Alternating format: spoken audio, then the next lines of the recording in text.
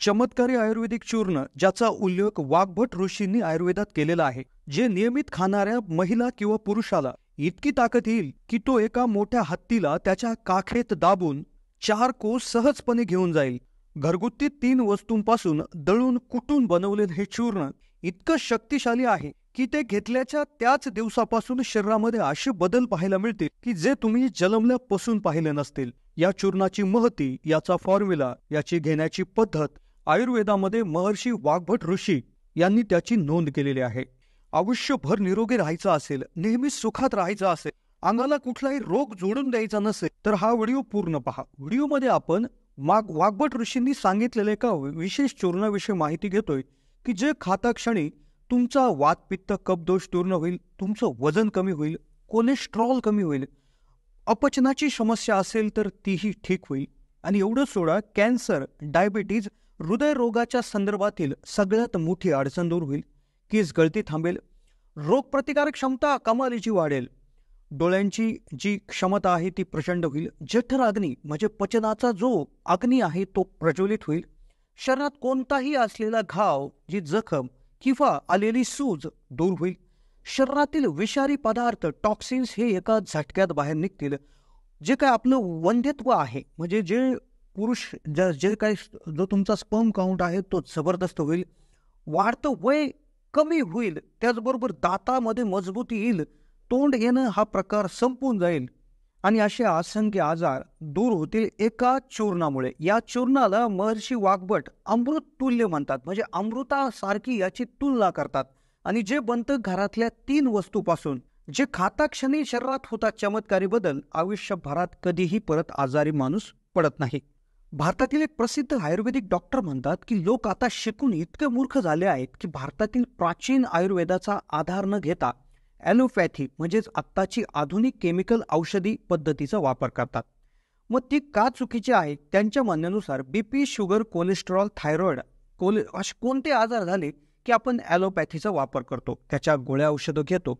पण जगात असा कोणतंच ॲलोपॅथीचं औषध नाहीये की जे तुमचा बीपी, शुगर, कोलेस्ट्रॉल, थायरॉइड किंवा कोणताही आजार बरे करतात. ते तात्पुरते कंट्रोलमध्ये येतात, तर पण ते पूर्णतः नाहीसे होत नाही. मग म्हणूनच व्हिडिओमध्ये महर्षी वाग्भट ऋषी यांच्या आयुर्वेदिक दस्तावेजामधून सांगितल्या गेलेल्या एका चमत्कारिक आयुर्वेदिक चूर्णाविषयी आपण माहिती घेतोय. व्हिडिओमध्ये आपण हे कोणत्या 3 गोष्टींनी बनवायचं आहे, याविषयी आयुर्वेदात काय सांगितलं गेलं आहे, कोणत्या वेळी, कशा प्रमाणात, वयामानानुसार हे कसं घ्यायचं आहे, डिटेल माहिती घेणार आहोत. जर तुमचं वय 30 पेक्षा अधिक असेल किंवा 30 पेक्षा कमी जरी असेल तर तुम्ही एका विशेष कंडिशनमध्ये याचा नियमित वापर करून सुखी राहू शकता, समाधानी राहू शकता आणि सगळ्यात महत्त्वाचं म्हणजे खूप जास्त निरोगी राहू शकता. त्यामुळे व्हिडिओ लक्षपूर्वक पहा, कारण की हे पुढील 5 मिनिटं तुमचं आयुष्य बदलून टाकू शकतात, तुमचा दवाखान्याचा खर्च झिरो करू शकतात. त्यामुळे तुम्ही तर हा व्हिडिओ पूर्ण पाहाच, पण जास्तीत जास्त लोकांना हा व्हिडिओ शेअर करायला देखील विसरू नका. चला तर मग सुरू करूयात हा व्हिडिओ. जसं तुम्हाला माहिती आहे की आपला भारत देश एक महान देश आहे. आपल्या देशात आयुर्वेदासारखा ग्रंथ रचला गेला, ज्यामध्ये असंख्य ऋषी मुनींनी अशा काही दुर्मिळ औषधांची विधी देण्यात आलेली आहे की जी आपल्याला हजारो काय लाखो आजारापासून वापरू शकतात. त्यापैकीच एक महर्षी वाग्भट यांनी एका चमत्कारी औषधीविषयी या देशाला माहिती आयुर्वेदिक ग्रंथातून दिलेली आहे, ज्याचा उद्देश देशभरातील जनता सुखी राहील, देशभरातील जनता निरोगी राहील हा होता. पण आजकाल आपल्या देशातील लोकांचा भरोसा हा ॲलोपॅथी किंवा केमिकल युक्त औषधांवर आहे. आपल्या देशाची सभ्यता, आपल्या देशाची संस्कृती, आपल्या देशाची परंपरा, आपल्या देशाचं आयुर्वेद याला सोडून लोक ॲलोपॅथी म्हणजेच केमिकल जे काही औषध आहेत त्यावर भरोसा ठेवत आहेत. आज लोक शिकून देखील खूप मूर्ख झालेले आहेत, असे भरपूर आयुर्वेदिक तज्ज्ञ म्हणत आहेत. आता आधी सांगितल्याप्रमाणे महर्षी वाग्भट यांनी एक आयुर्वेदिक चमत्कारी एक चूर्ण त्या ठिकाणी जे अमृततुल्य आहे, म्हणजे अमृताशी तुलना त्याची केलेली आहे. तर हे चूर्ण, ही पावडर तुम्हाला कायम स्वस्थ ठेवेल. तुम्ही नेहमी तरुण राहाल, तुमच्या अंगामध्ये इतकं बळ येईल की तुम्ही एका हत्तीला काखेत घेऊन जाऊ शकता. हे चूर्ण इतकं जबरदस्त आहे की चूर्ण खाता क्षणी तुम्ही आधी कधीच असं फील केलं नव्हतं, असं फिलिंग तुम्हाला त्या ठिकाणी येणार आहे. याच्या वापराने सगळ्यात आधी वात, पित्त, कफ दोष बॅलन्स होतो, ज्यामुळे वात, पित्त, कफ जो दोष जो आपल्या शरीरात सर्व आजार घडून आणतो तो बॅलन्स होतो. डोळ्याची जी काय क्षमता आहे ती दुपटीने वाढते, जठराग्नी अगदी तेज होऊन जातो, ज्यामुळे अन्न पटापट पचतं. शरीरातील कुठला जर घाव असेल, कुठे जखम झाल्यास ती बरी होती, शरीरातील विषारी पदार्थ बाहेर जातात, डायबिटीज, कॅन्सर सारखे आजार होत नाही, तुमचं वाढणारं वय कमी होतं, वजन कमी होतं, कोलेस्ट्रॉल कमी होतं, दात मजबूत होतात, असे हजारो फायदे याचे होतात. जे काय डोक्याचे केस गळणं आहेत ते कमी होतात. आता सगळ्यात महत्त्वाची जी माहिती आहे की हे साधारणपणे तुम्हाला कसं घ्यायचं आहे, तर हे तुम्ही सकाळी कोमट पाण्याबरोबर घेऊ शकता. सकाळी तोंड धुतल्यानंतर तात्काळ हे ग्लासभर कोमट पाणी घेऊन त्यामध्ये हे त्या ठिकाणी घ्यायचं आहे. आता हे किती प्रमाणात घ्यायचं याची सेवन करण्याची मात्रा ही तुमच्या वयानुसार ठरते. आता ही तुमचं जेवढं वय आहे त्याला गुणिले 0.12 ग्रॅम इतकं असतं. म्हणजे उदाहरणार्थ तुमचं वय 30 आहे तर 30 गुणिले 0.12 हे जर केलं तर साधारणपणे 3.6 ग्रॅम म्हणजेच अंदाजे 4 ग्रॅम. जर वजन 40 वर्ष असेल तर गुणिले 0.12 ग्रॅम असं करायचं आहे. जेवढं येईल तेवढं तुम्ही घ्यायचं आहे.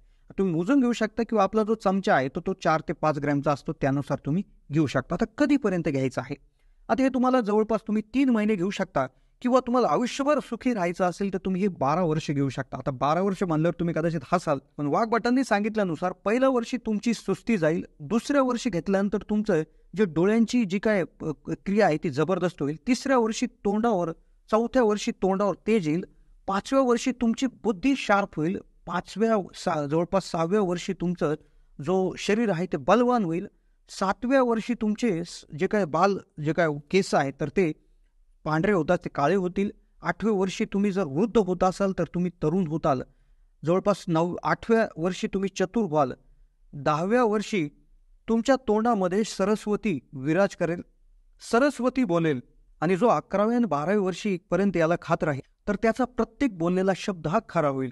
मग आता हे ऐकून तुम्हाला वाटलं असेल की हे कोणतं चूर्ण आहे, तर हे आहे त्रिफळा चूर्ण. वाग्भट ऋषी म्हणतात, हरडा बहडा आमला जो घी शक्कर संग खाए, हाती दाबे काख में 4 कोस ले जाय. त्रिफळा म्हणजे हिरडा, बेहडा आणि आवळा यांचं चूर्ण. याचं प्रमाण हिरडा 1, बेहडा 2, आवळा 3.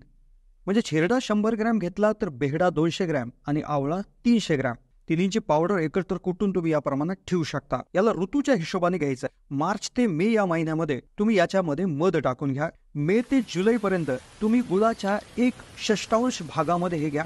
नोव्हेंबर ते जानेवारीमध्ये तुम्ही याबरोबर सुंठीची पावडर 1/6 इतक्या भागात घ्या. आणि जानेवारी ते मार्च या काळात तुम्ही पिंपळाच्या पानाच्या पावडर बरोबर हे 1/6 इतक्या भागात घ्या. ते कधी घ्यायचं तर हे तुम्ही सकाळी घेऊ शकता. ज्यावेळेस तुम्हाला कायम स्वस्थ राहायचं असेल तर तुम्ही सकाळी हे कोमट पाण्याबरोबर त्या ठिकाणी वर सांगितल्याप्रमाणे घेऊ शकता, किंवा तुम्ही याला रात्री दुधाबरोबर त्या ठिकाणी देखील घेऊ शकता. सकाळी घेतलं तर शरीरातले कमी पडलेले घटक पूर्ण करतं, रात्री घेतलं तर हे पचन संस्था सुधारवतं. तर अशा पद्धतीनं तुम्ही हे घेऊ शकता. हीच माहिती लेखी स्वरूपात समजून घेण्यासाठी तुम्ही आमच्या kisanhelpline.org या वेबसाईटला भेट देऊ शकता.